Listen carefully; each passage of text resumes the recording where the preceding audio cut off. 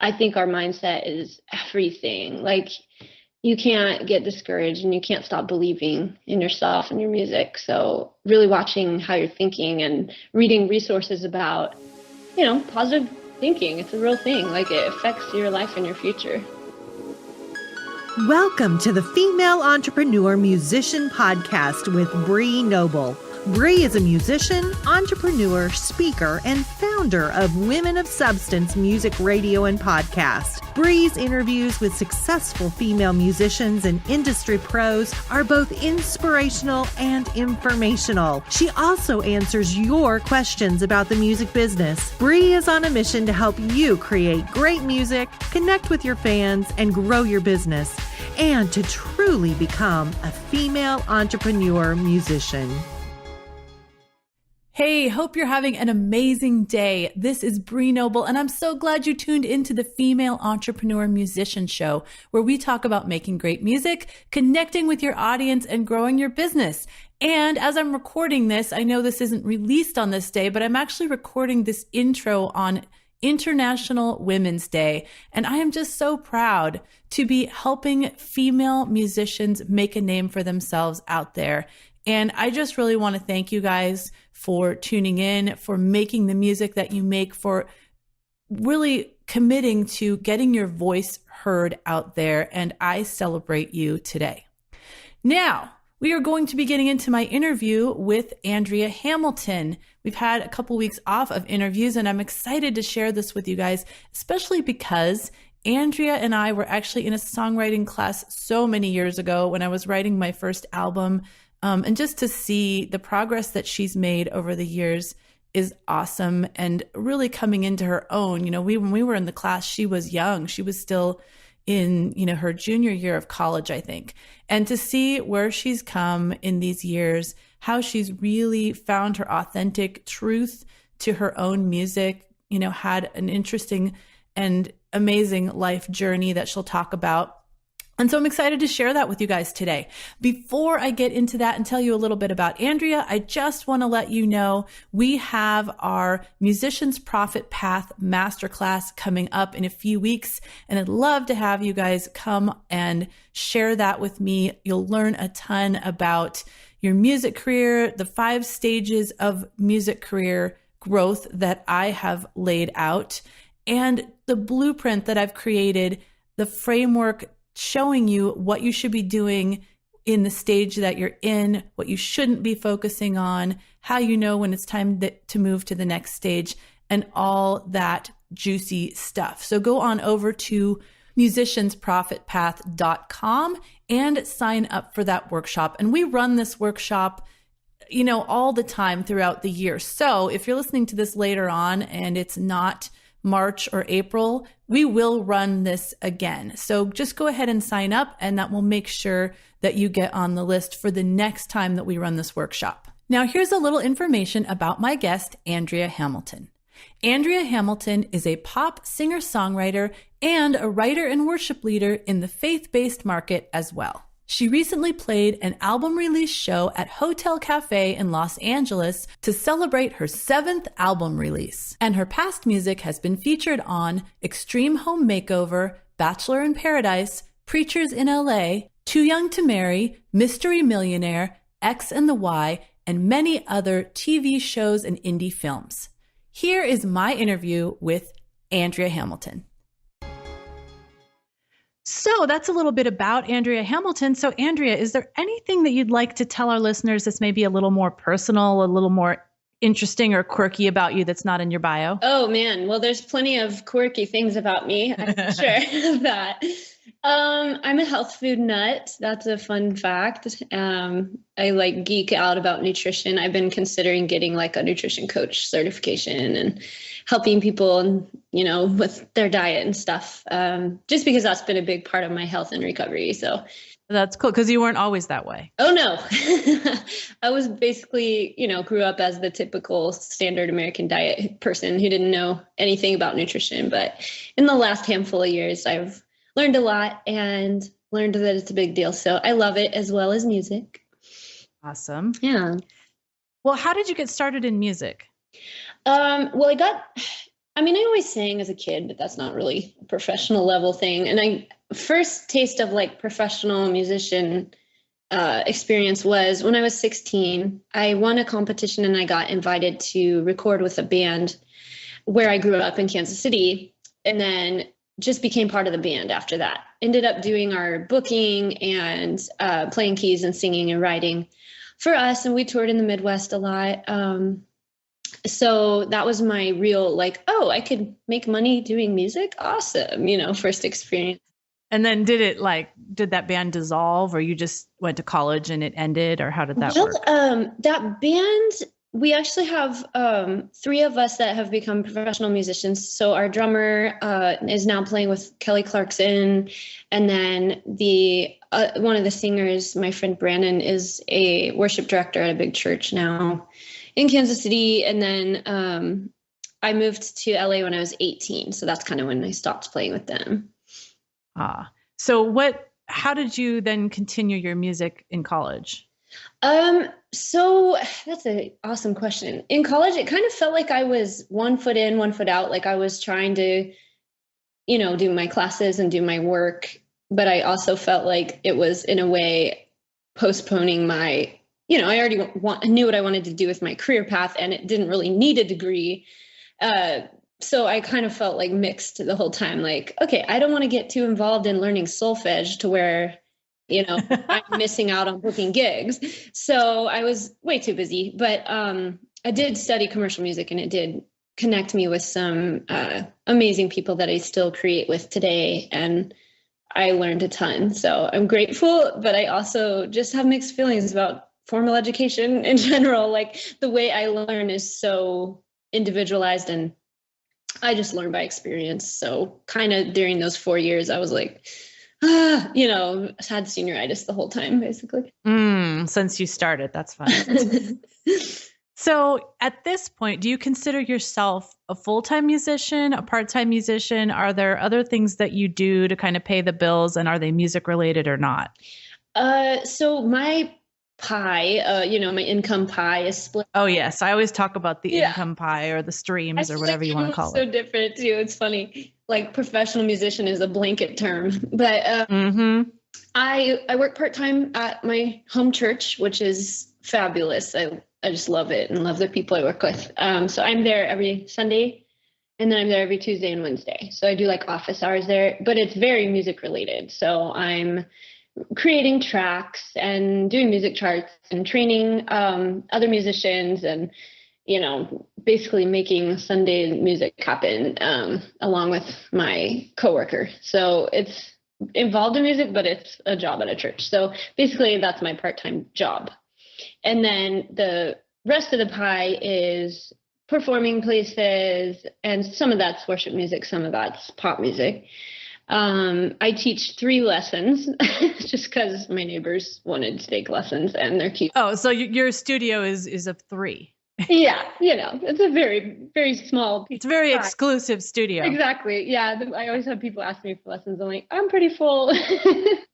But that's just fun. That's just a way I can like give back, but it is part of my income too. And then I've had some licensing opportunities for network television through a company called Atrium Music based in Pasadena. So residuals and royalties from TV placements is part of my income as well. And yeah, those are the big chunks. Every now and then I'll do, something else and get paid for it, but so how much do you generally perform, like say in a month? Maybe 6 to 7 times, unless I'm on tour. That's pretty good. And you're still going on tour, even with your church job? Yeah, they're pretty awesome. And if something comes up that's maybe a couple weeks or something like that, like a short-term tour, then I can work it out and usually do it. I may have trouble if I got on some big, like opening for some big band for 6 months. Like we'd have to really talk about that, but hasn't come up yet. No, it hasn't come up yet. It's all worked out so far. So we have a lot of struggling musicians that listen to this show. And I'd love to hear about, an experience or two, a story that happened to you early on in your career where you felt like, oh my gosh, like, why am I even trying to do this? That's not working. Maybe I should give up and do something else. And how you got through that. And, usually when I ask this question, people are like, I have like 100 I could tell you, but it's funny. Yeah.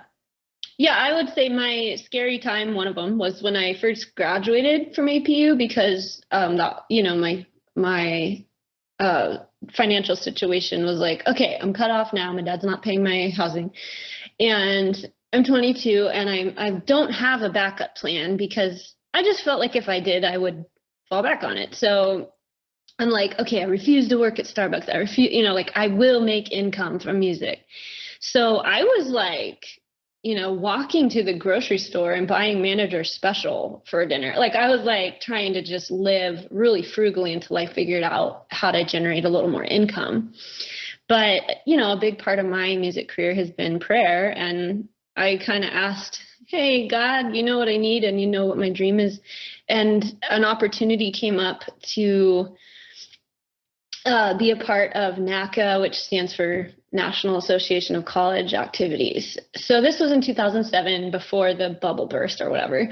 And all these colleges had all these budgets to bring in artists for events.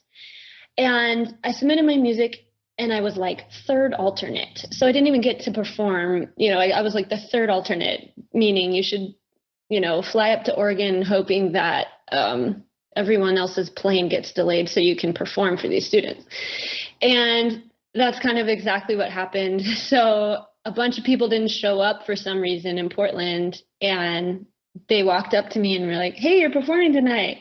So I was underprepared, but I just went for it. I kind of told some jokes and sang an original on a cover, and all these college students brought me their little form to book me. So my first year out of college, I ended up touring the West Coast 3 or 4 times. And, I'd play at 2 colleges a day some days. And that really, oh my goodness. It gave me an amazing experience because I got to meet all these young, awesome people and hopefully encourage them. But also it definitely paid the bills that first year or 2. So it was that's a brutal schedule. That reminds me of being on choir tour. It's like, okay, sing at a church for 3 services and then get in the bus and then go sing at another church. Yeah. And it was like me and my Ford Escape driving around Washington in the snow. Like I had a merch person with me, but yeah, it was crazy. So yeah, I learned a lot of covers. I got better at guitar. It just, performing that much just gives you a great experience. Yeah, that's really cool. So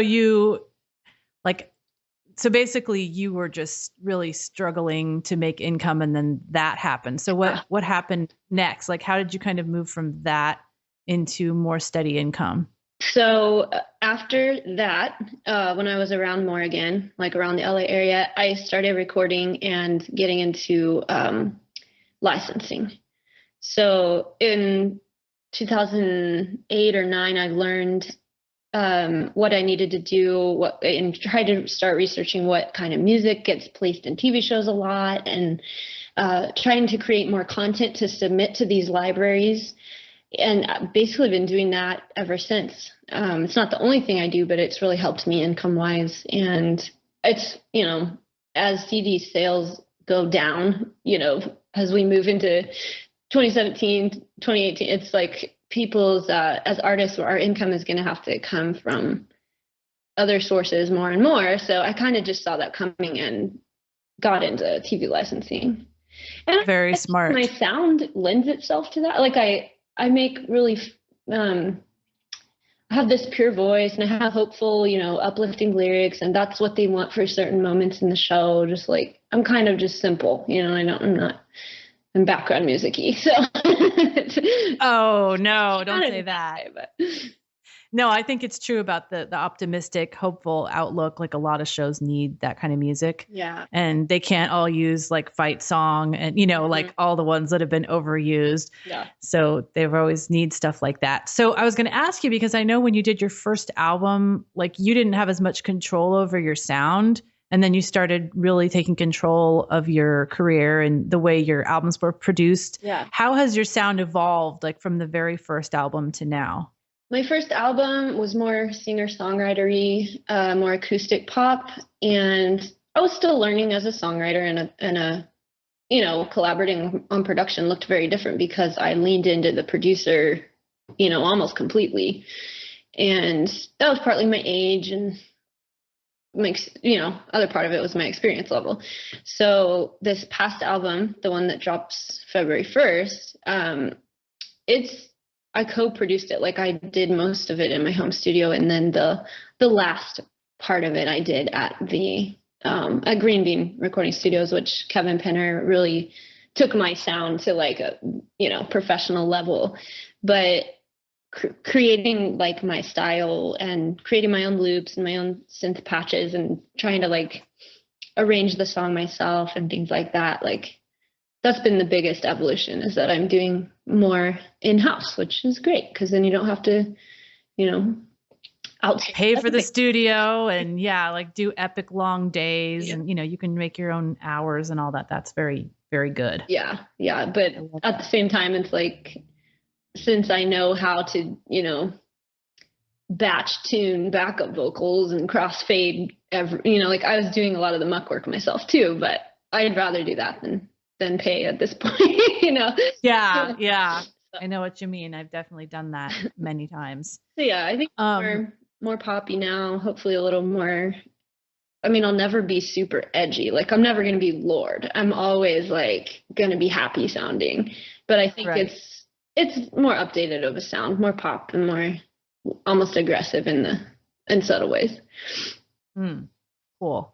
So has there been an event or a particular influence that has really changed the course of your career? Well, I think my message has always been hope and, like a healing type of music where it's like, it'll be all right and songs like that. But when I got sick in 2009, end of 2009, and then all through 2010 and after, I had an opportunity to really like explore those ideas of like, what is hope and how to persevere in life, and what is that, what is music's role in that, and how can I like help other people, when I get better. So I really kind of focused in on my message and what I carry as an artist and what I have to offer during that time. And then when I got my voice back and started singing again, I had kind of an extra passion that influenced my writing and my goals. Yeah, that's cool. I mean, I went through a similar experience, like right before I met you, that, I was in the hospital for days and all that stuff. Yeah. And it's like, it really does change your entire outlook, and it makes you want to use your music to help other people that are going through that. Yeah. Well, and now you spend all your time helping artists and stuff. So that's true. That's awesome of you. So has there been like, a point where you hit a milestone or a mind-blowing thing happened that you're like, pinch me, I can't believe that I've gotten here? I don't know. I mean, I try not to base my, I wanted to find my success as like, I'm doing what I'm called to do and I'm helping people, and, I don't even see all of how that's happening. So, but I have had some cool opportunities that I was just like surprised I got. Like, I got to sing at one of the primaries, like the presidential debates at the Kodak Theater in LA. Okay, that's pretty cool. That was crazy. Like, the lady literally told me, and I'm singing a cappella, the national anthem. So I was like nervous anyway. And then the lady was like, look, I need to be real with you. You're going to walk out there and there's a lot of celebrities. So kind of just don't look at anyone, like don't get distracted kind of thing. I was like, okay, so that was just a cool opportunity to have, like, some actors I've seen in movies be like, good job, and so did you see them while you were singing, or did you find a way to like blind yourself? I knew it wouldn't freak me out too bad. So I looked around. So I was like, oh, that's there's, Steven Spielberg's in the front row and whatever. But goodness, wow. Yeah. And then I got to like sit in the little section with them and pretend I was somebody. It was fun. So And then the other one that comes to mind is this past year, 2016, I got a chance to co-write a theme song for a TV show. So instead of just getting like a one-off placement, I got to sing like the one that plays at the beginning of every episode. That's very cool. So that was like, oh, I've been working towards this for 10 years and now I finally landed a theme song, so that was fun. Wow. So what show is that? That's My Giant Life is what it's called. It's on TLC. I have not seen that, but I don't regularly watch TLC. I'll have to find it and check it out. It's about tall girls. So it's a pretty fun show. But they wanted, an original that was about, I don't know. It was up my wheelhouse, totally my wheelhouse, because it was like, I got to say like, through it all, we stand tall and like, we're strong and, my typical message. So that's funny. So what have been some of the best things you've done to develop your songwriting over the years? You just have to do it. You have to write a lot of songs and it feels wasteful, but that's how you get the most gems, that float to the top. And I think co-writing has taught me a lot. I try to write with people who are experienced and who I feel like I could somehow serve them and they could serve me, like, I don't know, either I could record and do more of the production, or one of us has a bigger fan base and then the other one has an amazing writing skill. You have to find the right situations, but co-writing has been something I love. I love collaborating. So yeah, it's super fun. And I think one of the best ways to network too, because then you can use their network of people that they know, like for licensing and stuff, and then they get to know you. And I think it's a great situation. Yeah. So do you perform in a lot of like different kinds of venues? Like, for example, do you do house concerts? Do you do like retreats? Yes. So yeah, tell us, like, because I think, a lot of the musicians listening to the show, they're looking for other places to perform, corporate events and retreats and, how do you find those and what kind of things are they? Yeah, exactly. Well, CD Baby had like a brilliant article about 10 types of venues that pay that you haven't thought of or something like that. So I recommend reading that. But for me, I'm very diverse in what I'll perform at, because I have content that's, poppy and generic, and then I have content that's faith-based. So that's an advantage for me because I can do both and I can kind of bill myself as, whatever's the most relevant for that venue or event.